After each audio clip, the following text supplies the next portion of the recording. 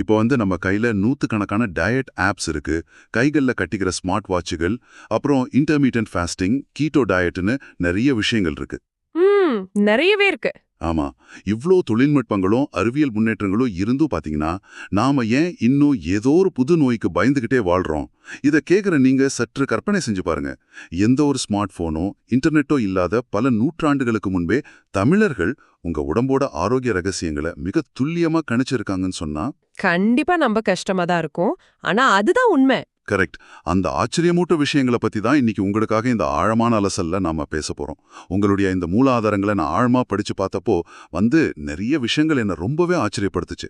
ஆமா, நீங்க பகிர்ந்துகிட்ட அந்த மூல ஆதாரங்கள், அதாவது புலவர் குழந்தை அவர்கள் தொகுத்து எழுதின நீதி களஞ்சியம் அப்படிங்கிற புத்தகம் ஒரு சாதாரண தொகுப்பு கிடையாது. ஓ, அது பல நூல்களோட கலவை இல்லையா? எக்ஸாக்ட்லி. நாலடியார், பழமொழி, திருக்குறள், ஆத்திச்சூடி, கொன்றைவேந்தன்னு 21 பழங்கால தமிழ் நூல்களோட சாராம்சத்தை உள்ளடக்கிய ஒரு மாபெரும் பெட்டகம் இது. இதுல இருக்கிற மருத்துவ குறிப்புகளை படிக்கும்போது இன்றைய அதிநவீன மருத்துவ அறிவியல் சொல்ற அதே விஷயங்களை அவங்க அப்பவே சொல்லியிருக்காங்க. ஆமா, எந்த லேப் டெஸ்டுகளும் இல்லாத காலத்திலேயே அவங்க எப்படி அத்தனை துல்லியமா எழுதுனாங்க அப்படிங்கிறது தான் மிகப்பெரிய ஆச்சரியம். உண்மைதான். இந்த நூல்கள்ல குறிப்பிடப்பட்டிருக்க நல்வழி, அதாவது சுகாதார முறை, ஆரோக்கியம் மற்றும் உணவு முறை பத்தி தமிழர்கள் என்ன சொல்லியிருக்காங்க அப்படிங்கறத இன்றைய நம்ம மாடர்ன் வாழ்க்கை முறைக்கு பொருத்தி பார்க்கறது தான் இந்த அலசலோட முக்கிய நோக்கம். சரி, இதை கொஞ்சம் விரிவாக அலசுவோம். உணவை பத்தியே முதல்ல பேச தொடங்கலாமா? தாராளமா தொடங்கலாம். இந்த நூல்ல இருக்கிற ஒரு குறிப்பிட்ட பாடல் எனக்கு நிஜமாவே ஒரு பெரிய அதிர்ச்சியை கொடுத்துச்சு. அதாவது, ஒரு நாளைக்கு ஒருவேளை மட்டும் சாப்பிடுகிறவன் யோகி, 2 வேளை சாப்பிடுவன் போகி, அதாவது இன்பமா வாழ்பவன். ஆனா 3 வேளை சாப்பிடுறவன் ரோகி, அதாவது நோயாளியாவான். ஆமா, 4 வேளை சாப்பிட்டா 4 வேளை சாப்பிட்டா உடலை விட்டு உயிர் போகிறவன், அதாவது இறப்பவன் ஒரு பயங்கரமான கணக்கு அந்த பாடல் சொல்லுது. எனக்கு என்ன குழப்பம்னா, இப்போ நீங்க, நான், இதை கேட்டுட்டு இருக்கிற நேயர்கள்னு எல்லாருமே காலை மதியம் இரவுன்னு 3 வேளை தவறாம சாப்பிடுறோமே. கண்டிப்பா. அப்போ பாத்தீங்கன்னா நாம எல்லாருமே நோயாளிகளா? பிராக்டிக்கலா யோசிச்சு பார்த்தா இன்றைய பரபரப்பான வாழ்க்கையில ஒரு வேளை இல்ல 2 வேளை மட்டும் சாப்பிட்டா நாம மயக்கம் போட்டு விழமாட்டோமா? இது எப்படி சாத்தியம்? உங்களுடைய இந்த கேள்வி மிக மிக நியாயமானது. மேலோட்டமா பார்க்கும்போது இந்த பாடல் இன்றைய காலகட்டத்துக்கு பொருந்தாதது போலவோ இல்ல நம்மள பயமுறுத்துறது போலவோ தான் தோணும். ஆமா, ஒரு நிமிஷம் பயமா தான் இருந்துச்சு. ஆனா இதுல மிக ஆச்சரியமான விஷயம் என்னவென்றால், இந்த எண்கள் வெறுமனே நம்ம தட்டுல பரிமாறப்படுற உணவோட எண்ணிக்கைய மட்டும் குறிக்கல. ஓஹோ, வேற எதை குறிக்குது? அதாவது நம்ம உடம்போட ஆற்றல் செலவினத்தையும் உள்ளே தள்ளுற எரிபொருளையும் ஒப்பிடுற ஒரு உயிரியல் கணக்கு இது. யோகி என்பவன் பாத்தீங்கன்னா தியானத்துல அமர்ந்திருப்பான். அவனுக்கு பிசிக்கல் ஆக்டிவிட்டி கம்மி. எக்ஸாக்ட்லி. அவனோட உடலியக்க ஆற்றல் மிக மிக குறைவு. அதனால அவனுக்கு ஒருவேளை உணவு போதும். போகி என்பவன் அன்றாட உடல் உழைப்ப செலுத்தி வேலை செய்யறவன். அவனுக்கு 2 வேளை போதுமானது. அப்ப 3 வேளை சாப்பிடுற நாம இப்போ நாம வேலை செய்யறோம்னு சொல்றோம். ஆனா அது பெரும்பாலும் மூளைக்கான வேலையா இருக்கே தவிர உடலுக்கான வேலையா இருக்கிறது இல்ல. கரெக்ட். ஃபுல்லா சிஸ்டம் முன்னாடி தான் உட்கார்ந்திருக்கோம். ஆமா, உடல் உழைப்பு இல்லாம நாற்காலியில அமர்ந்தபடியே 3 வேளை கனமான உணவுகளை சாப்பிடுவதுதான் ரோகிக்கான, அதாவது நோயாளியா மாறுவதற்கான முதல் படின்னு இந்த பாடல் எச்சரிக்குது. ஓ, அதாவது உடம்புக்கு தேவையான அளவை விட அதிகமா நாம திணிக்கிறத தான் இது குறிக்குது இல்லையா? 100க்கு 100 உண்மை. இது எனக்கு எப்படி தோணுதுன்னா, நம்ம கையில இருக்கிற மொபைல் போன் பேட்டரியை சார்ஜ் செய்யறது போல இருக்கு. இப்போ பேட்டரி 20% கீழே வந்த பிறகு முழுமையா சார்ஜ் போட்டா அது ரொம்ப நாள் உழைக்கும். கரெக்ட். அதை விட்டுட்டு 80% இருக்கும்போதே அடிக்கடி பிளக்ல செருகி அளவுக்கு அதிகமா சார்ஜ் செஞ்சா அந்த பேட்டரி சீக்கிரமே உப்பி போய் வீணாயிடும் அல்லவா? மிக சரியான ஒப்பீடு. அத சற்று உயிரியல் ரீதியாகவும் நான் விளக்குறேன். உங்க மொபைல நீங்க தொடர்ந்து சார்ஜர்ல மாட்டி வச்சிருந்தா அந்த பேட்டரியோட செல்கள் வெப்பமடைந்து உள்ளேயே சிதைவடைய தொடங்கும். ஓ, நம்ம உடம்பும் அதே மாதிரி தானா? அதேதான். 3 வேளை அப்படிங்கிறது உடம்புக்கு தேவையான எரிபொருளை தாண்டி சும்மா இருக்கோமே அப்படிங்கிறதுக்காக உணவை திணிக்கிறத குறிக்குது. அப்போ 4 வேளைங்கிறது 4 வேளைங்கிறது எப்ப பார்த்தாலும் எதற்காவது தின்னுட்டே இருக்கிறத குறிக்குது. இதத்தான் இங்கிலீஷ்ல கிரேசிங்னு சொல்வாங்க. அதாவது பசி இருக்கோ இல்லையோ வாய் சும்மா இருக்க கூடாதுன்னு ஏதாவது ஒன்னு குறிச்சிட்டே இருக்கிறது. ஆமா, கரெக்ட். ஆனா இங்க தான் எனக்கு இன்னொரு சந்தேகம் வருது. ம் 3 வேளை பெருந்தீனி உடம்ப கெடுக்குதுன்னு நாம வச்சுக்குவோம். ம் ஆனா இன்னைக்கு நிறைய உடற்பயிற்சி நிபுணர்களும் டயட்டீஷியன்களும் என்ன சொல்றாங்க? ம் என்ன சொல்றாங்க? ஒரே நேரத்துல நிறைய சாப்பிடாதீங்க, கொஞ்சம் கொஞ்சமா அடிக்கடி சாப்பிடுங்கன்னு சொல்றாங்களே. ஒரு நாளைக்கு 5 இல்ல 6 சிறு சிறு உணவுகளா பிரிச்சு சாப்பிடுறது தானே நவீன அறிவியலோட அறிவுரை. ஆமா, நிறைய பேர் அப்படி சொல்றாங்க. இதை இந்த பழங்கால நூல்கள் எப்படி பாக்குது? அதுக்கு எதிரா இருக்கே. இது மிக முக்கியமான ஒரு விவாத புள்ளி. இந்த கொஞ்சம் கொஞ்சமா அடிக்கடி சாப்பிடுங்க அப்படிங்கிற நவீன அறிவுரை வந்து பலருக்கும் தவறாக புரிஞ்சு கொள்ளப்பட்டிருக்கு. ஓ அப்படியா? ஆமா, இந்த மூல ஆதாரங்கள் இத பத்தி மிக தெளிவா ஆனா முற்றிலும் மாறுபட்ட ஒரு கருத்தை முன்வைக்குது. முதுமொழி காஞ்சியில ஒரு பாடல் இருக்கு, உண்டி வெய்யோர்க்கு உறுப்பிணி எளிதுன்னு. உண்டி வெய்யோர்க்கு உறுப்பினி எளிது அப்படின்னா? உணவை அடிக்கடி விரும்பி சாப்பிடுறவங்களுக்கு தீராத நோய்கள் வரும்னு அர்த்தம். அதிலும் குறிப்பா பாத்தீங்கன்னா ஆத்திச்சூடியில உளவையார் சொல்ற ஒரு வரி இருக்கு, நுண்மை நுகரேல். ஒரு நிமிஷம், இங்கதான் விஷயம் மிகவும் சுவாரஸ்யமா மாறுது. நுண்மை அப்படின்னா சிறிய உணவுகள், அதாவது இப்ப நாம சொல்ற சிற்றுண்டிகள், ஸ்நாக்ஸ், சரிதானே? ஆமா, மிக சரி. நுண்மை நுகரேல்னா சிற்றுண்டிகளை அடிக்கடி உண்ணாதேன்னு அர்த்தம். அட, ஏன் அவங்க அப்படி சொல்றாங்க அப்படிங்கிறதுக்கான உயிரியல் காரணத்தை பார்த்தா நீங்க நிஜமாவே ஆச்சரியப்படுவீங்க. சொல்லுங்க, அது என்ன காரணம்? நாம ஒரு சின்ன பிஸ்கட்டையோ இல்ல ஒரு வடையும் சாப்பிட்டா கூட சரி, நம்ம உடம்புல இன்சுலின் சுரக்க தொடங்கும். ஓ, ஒரு சின்ன பிஸ்கட் சாப்பிட்டா கூடவா? ஆமா, செரிமான மண்டலம் வந்து முழு வீச்சுல வேலை செய்ய ஆரம்பிச்சிடும். நம்ம குடல்ல ஒரு சுய சுத்தம் செய்யற அமைப்பு இருக்கு. செல்ஃப் கிளீனிங் சிஸ்டம் மாதிரி. எக்ஸாக்ட்லி. அத மெடிக்கல் டேர்ம்ல மைக்ரேட்டிங் மோட்டார் காம்ப்ளெக்ஸ்னு சொல்வாங்க. குடல் வந்து தன்னிச்சையா சுருங்கி விரிஞ்சு உள்ள இருக்கிற கழிவுகளை வெளியே தள்ளுற ஒரு துப்புரவு பணி அது. ஓஹோ, சூப்பர். ஆனா நீங்க எதை சாப்பிட்டாலும் இந்த துப்புரவு பணி உடனே நின்னுடும். வாட்? உடனே நின்னுடுமா? ஆமா, நீங்க 2 மணி நேரத்துக்கு ஒரு முறை சின்ன அளவுலாவது எதையாவது குறிச்சுக்கிட்டே இருந்தா உங்க குடலுக்கு தன்னைத்தானே சுத்தம் செஞ்சு கொள்ள நேரமே கிடைக்காது. வாவ்! அதாவது ஜங்க் ஃபுட் அப்படிங்கிற வார்த்தையோ இன்சுலின் அப்படிங்கிற கண்டுபிடிப்போ இல்லாத காலத்திலேயே இடையில அடிக்கடி சிற்றுண்டிகளை சாப்பிட்றதால செரிமான மண்டலம் ஓய்வில்லாம போயிடும்னு கணிச்சிருக்காங்க. ஆமா, அதான் அவங்களோட மேதைமை. ஆத்திச்சூடியோட அடுத்த வரியான நோய்க்கிடங் கொடேல் அப்படிங்கறதோட உண்மையான அர்த்தம் இதுதான் போல இருக்கு. நோய்க்கு நம்ம உடம்புல நாமே இடம் கொடுக்க கூடாது. கரெக்ட். உங்க குடலை சுத்தம் செய்ய விடாம தடுத்து நீங்களே நச்சுக்களை சேர்த்து வைக்காதீங்கன்னு உளவையார் அன்றே சொல்லிருக்காங்க. நீங்க சரியா புரிஞ்சுக்கிட்டீங்க. சின்ன அளவிலான உணவு தானேன்னு நாம நினைக்கிறோம். ஆனா அது நம்ம மூளையை ஏமாத்துற ஒரு தந்திரம். எப்படி? அது வயிற்று நிரப்பாது, ஆனா ரத்தத்துல சர்க்கரையோட அளவை ஏத்திட்டே இருக்கும். இது நாளடைவுல மெட்டபாலிக் டிசார்டர்ஸ்னு சொல்ற வளர்ச்சிதை மாற்ற சிக்கல்களை உருவாக்குது. சரி, நாம உள்ள தள்ளுற உணவை பத்தி நிறைய பேசிட்டோம். ஆனா இந்த செரிமானம் ஆகுது அப்படிங்கிறது நாம என்ன செய்யறோம், எப்படி வாழ்றோம் அப்படிங்கறத பொறுத்து மாறக்கூடியது தானே. ஆமா, கண்டிப்பா. ஏன்னா இந்த மூல ஆதாரத்துல உணவு பழக்கம் தாண்டி வேறு சில பழக்க வழக்கங்களும் நோய்க்கு காரணமா சொல்லப்பட்டிருக்கு. அதை பத்தி கொஞ்சம் சொல்லுங்க. நிச்சயமா. உணவு தவிர்த்த மற்ற பழக்க வழக்கங்களும் நம்ம உடம்போட செரிமான ஆற்றலை தீர்மானிக்குது. பகல்ல தூங்குவது, இரவுல நெடுநேரம் விழுத்திருப்பது, அப்புறம் இறக்கை உபாதைகளான மல சலத்தை அடக்குவது. ஓ, இதெல்லாமா? ஆமா, இவை 3மே நோய்கள் உருவாவதற்கு முக்கிய காரணங்கள்னு இந்த புத்தகம் குறிப்பிடுது. இதுதானே இன்னைக்கு நாம சர்க்கேடியன் ரிதம்னு சொல்றோம். எக்ஸாக்ட்லி. இயற்கையோட கடிகாரத்தோடு இணைந்து வாழாம இரவுல முழிச்சு பகல்ல தூங்கும்போது உடம்போட ஹார்மோன்கள் குழம்பி போய் செரிமானத்தை முற்றிலும் முடக்கிடுது. உண்மைதான்.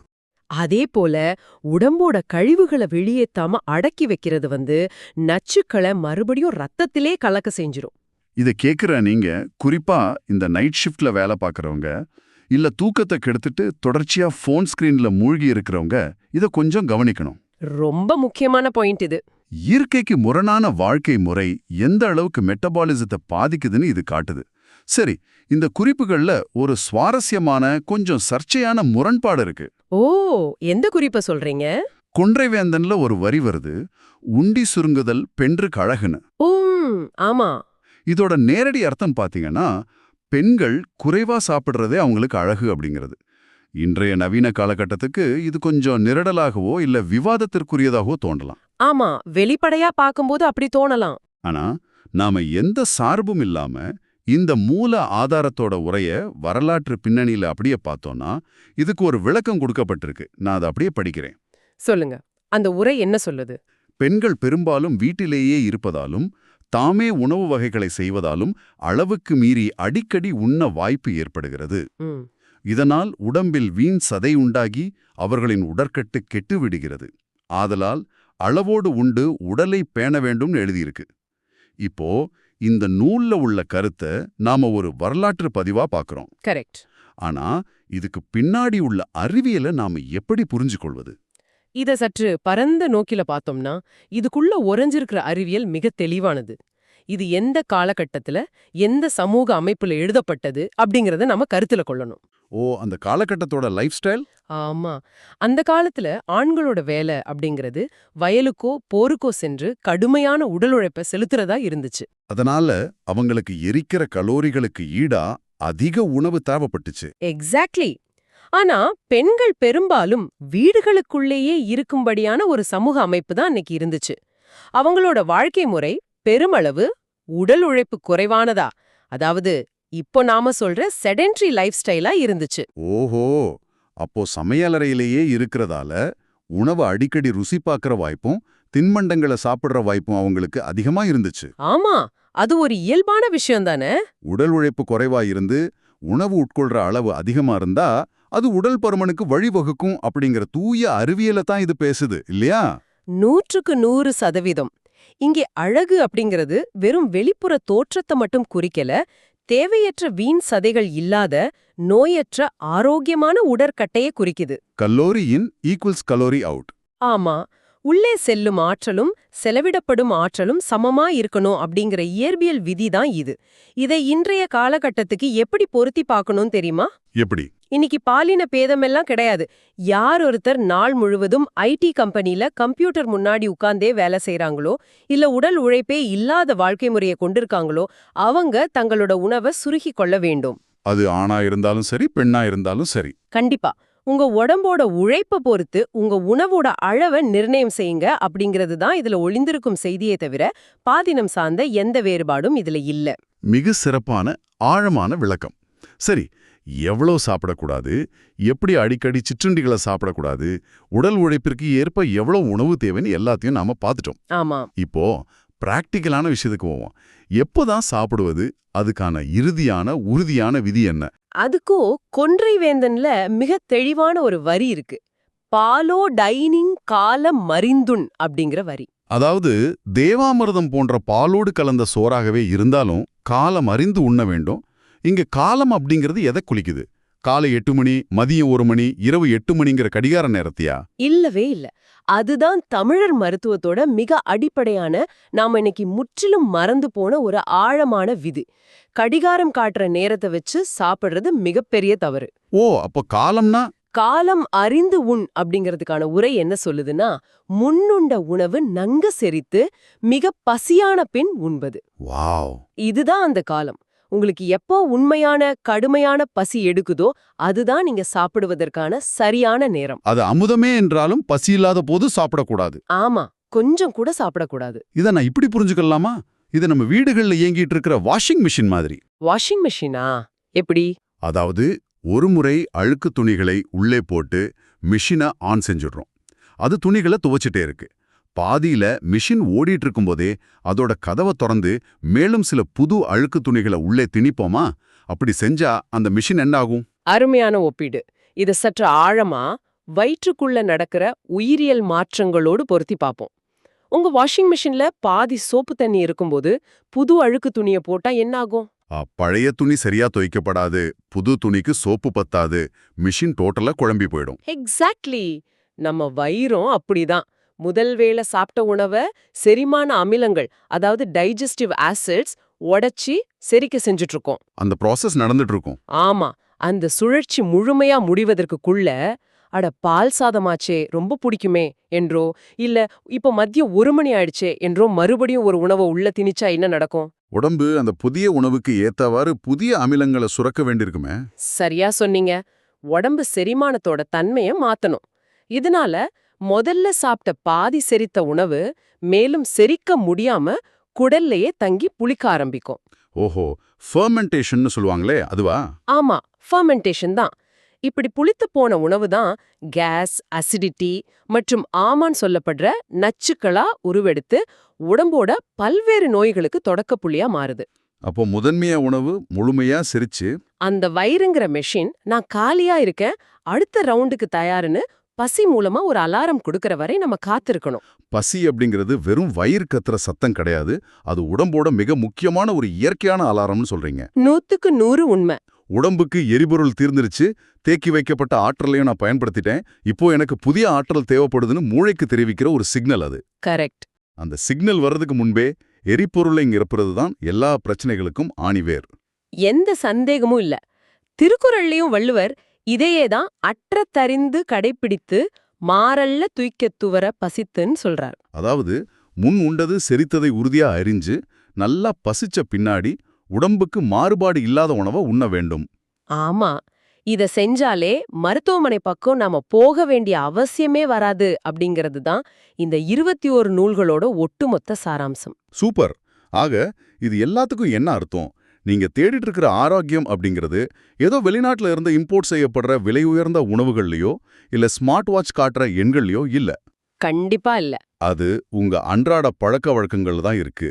உங்களுடைய இந்த மூல ஆதாரங்களை அலசியதிலிருந்து அன்றாட வாழ்விற்கு தேவையான மிக முக்கியமான விஷயங்களை நாம எப்படி சுருக்கமா தொகுத்துக்கலாம்.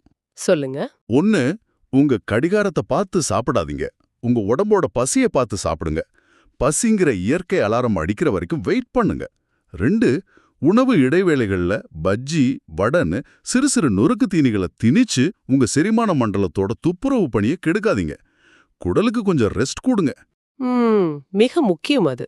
3. உங்க உடல் உழைப்புக்கு ஏத்தவாறு உணவோட அளவை நிர்ணயம் செய்யுங்க. நாள் ஃபுல்லா நாற்காலிக உட்கார்ந்திருந்தா உங்க உணவை அதுக்கேத்த மாதிரி சுருக்கிக்கோங்க. அளவோடு உண்பதே நீண்ட ஆயுளுக்கான மாஸ்டர் கீ. நான் சரியா சொல்லிட்டேனா? மிக துல்லியமா சுருக்கிட்டீங்க.